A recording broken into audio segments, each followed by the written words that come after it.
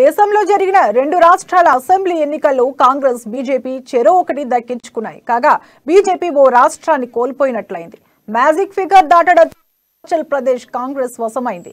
Himachal Pradesh assembly ఎన్నికల్లో అదే పాత ఆచారం కొనసాగింది. ప్రతి 5 ఏళ్లకోసారి ప్రభుత్వాన్ని మార్చేసే ప్రజల నిర్ణయం మరోసారి రిపీట్ అయింది. అధికార బీజేపీని అక్కడి ప్రజలు ఈసారి దూరం పెట్టేశారు. మొత్తం 68 స్థానాలున్న హిమాచల్ అసెంబ్లీలో అధికారానికి కావాల్సిన మ్యాజిక్ ఫిగర్ 35. పార్టీ 40 సీట్లతో ఘన విజయం నమోదు చేసింది. అధికార పార్టీ బీజేపీ మాత్రం 25 సీట్లకు పరిమితమై ప్రతిపక్ష పాత్ర పోషించేందుకు సిద్ధమైంది. ఓటమిని అంగీకరించిన ఆ రాష్ట్ర ముఖ్యమంత్రి జైరామ్ ఠాకూర్ రాజీనామాను గవర్నర్కు పంపించారు.